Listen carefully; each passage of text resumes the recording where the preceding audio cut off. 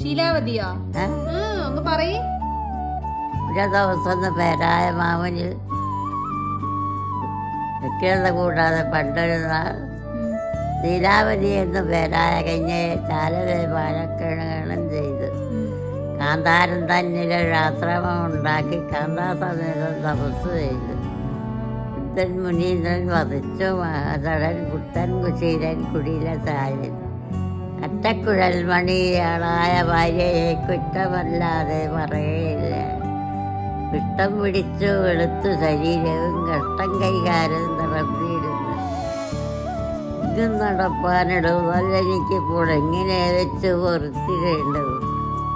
കാട്ടയിലിരിക്കും നമുക്കെന്നൊരാധാരം കൂട്ടയിലിരിക്കും കിളിയെ പോലെ.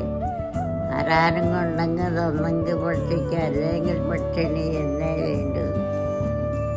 അതെ മതിയോ? കഴിഞ്ഞോ?